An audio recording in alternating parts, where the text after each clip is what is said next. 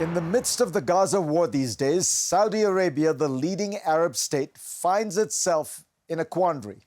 On the one hand, it is, of course, naturally suspicious of its rival Iran. On the other hand, it supports the Palestinian cause, and it does not yet have relations with Israel.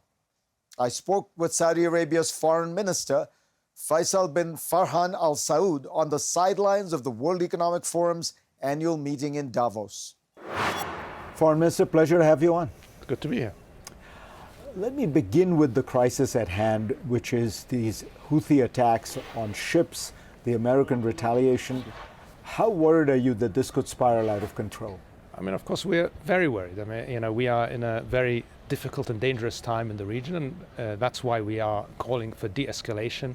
We of course believe very much in the freedom of navigation, and that's something that needs to be protected, but we also need to protect the security and stability of the region. So we are very focused on de-escalating the situation as much as possible. And let me ask you about the other area where people are worried, Lebanon and Hezbollah. What are you seeing, and what would be the key to de-escalation there?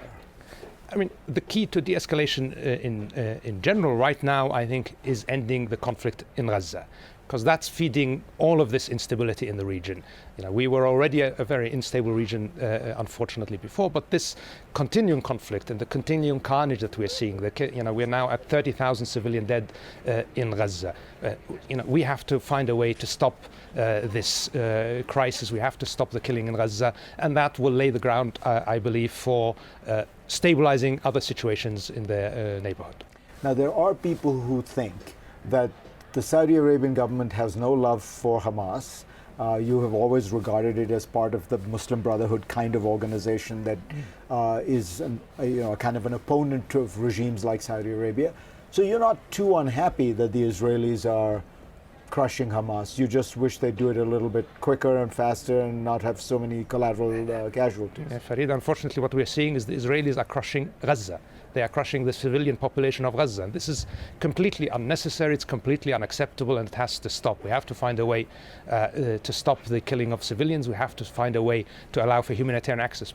Do you have, you have had indirect contacts with Israel over the years.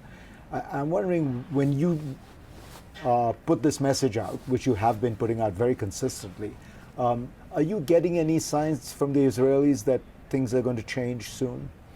I mean, what we see, certainly in the media, what we see on the ground, unfortunately, is not indicative of a change.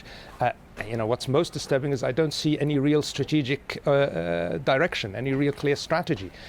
And this is very, very dangerous. And, the innocent civilians of Gaza are paying the price, but it's not just the civilians of Gaza. It is the stability of the region. We are seeing extraordinary levels of anger and upset because of the images of these civilians being killed in Gaza. So, we need to find a way to stop the fighting. We need to find a way to address these issues through dialogue, through a political process. That's the priority. What do you think is the most plausible next step? Would Saudi Arabia be willing to be part of an Arab force that goes in to replace the Israelis and stabilize Gaza? Yeah.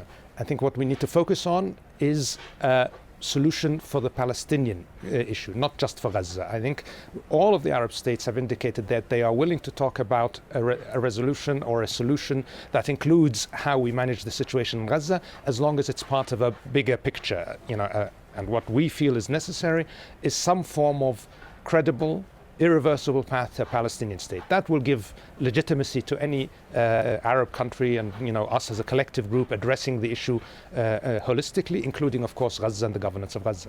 So you're not ruling out the possibility of Saudi troops going Saudi troops, I think that's something hypothetical. It's hard to address, and Arab troops even. I don't think what type of force on the ground is the issue. It's because if we offer real hope to the Palestinians, I think it will be very much within the capacity of the Palestinian people, the Palestinian Authority, to take that responsibility. Same question with reconstruction. That is one of the areas people are hoping the Saudi Arabia will play a large role because your immense wealth. Is Saudi Arabia willing to finance the reconstruction of Gaza?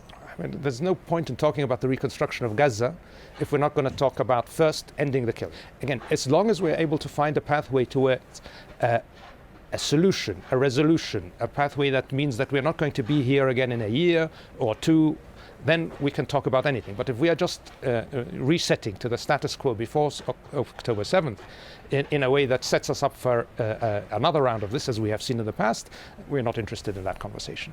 So let's talk about that political path.